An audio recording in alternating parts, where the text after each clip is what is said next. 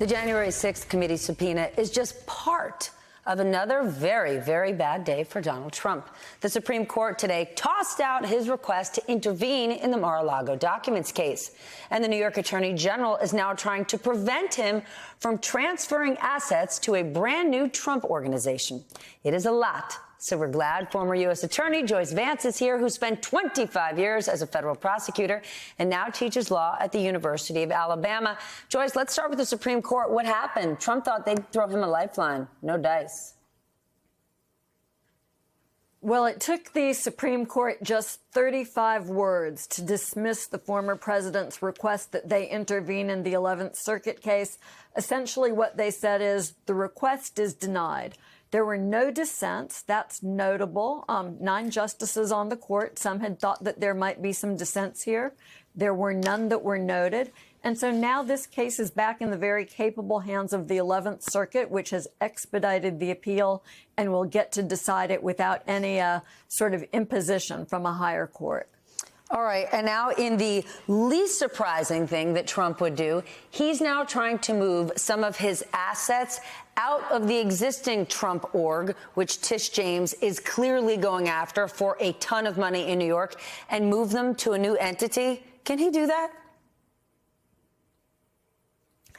This was interesting news. He did this the same day that she filed her lawsuit against him. Opened a Delaware corporation, Trump Organization too, right? And this is, I think, a thinly veiled effort to transfer corporate assets and to put them out of the reach of the New York Attorney General. She's asked the court to enjoin that action and to take certain other steps.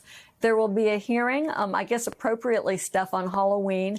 So we will know more about this on October 31st. But I think Tish James has a very strong case at a minimum to prevent Trump from transferring assets into this new corporation that would remove them from her jurisdiction. But he could get away with it. I mean, it may be a thinly veiled move, but if it's legal, he's going to do it. He doesn't care if we mock him. He'll keep his money. Well, and I think that's why she's gone to court so quickly and with an injunction, rather than filing a lawsuit and letting it work its way through the courts. The Attorney General in New York has asked for an injunction that would stop the former president from doing any sort of manipulation here. It would freeze everything in place.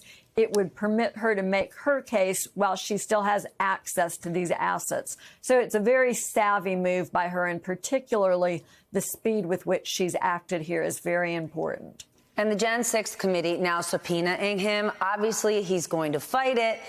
What's that going to look like? And they subpoenaed Trump, but not Mike Pence? Yeah, so the second part of that first. I think it's interesting that as of yet, there's no subpoena for Mike Pence. His testimony is essential, whether it's the January 6th committee or the Justice Department. Ultimately, we will have to hear a first-person version of his story, not just something related through his aides, which seems to be more accommodation to Mike Pence than it is an effort to develop a strong factual narrative of what happened. So I think there's more coming in that area. As far as the former president goes, we know that Congress doesn't have the same level of power that the Justice Department has to enforce its subpoenas.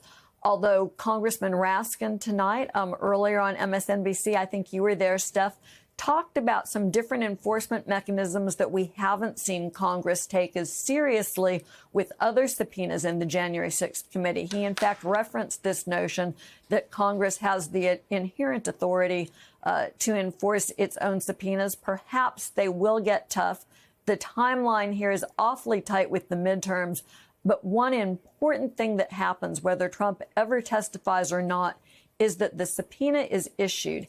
And if he refuses to come in and testify, having been subpoenaed, then that will be the public record for all time, that the President of the United States, who took an oath to uphold the Constitution, was unwilling to come and testify to Congress on this most important matter. And that says a lot. The gauntlet has been dropped. The clock is now ticking. Joyce Vance, thank you.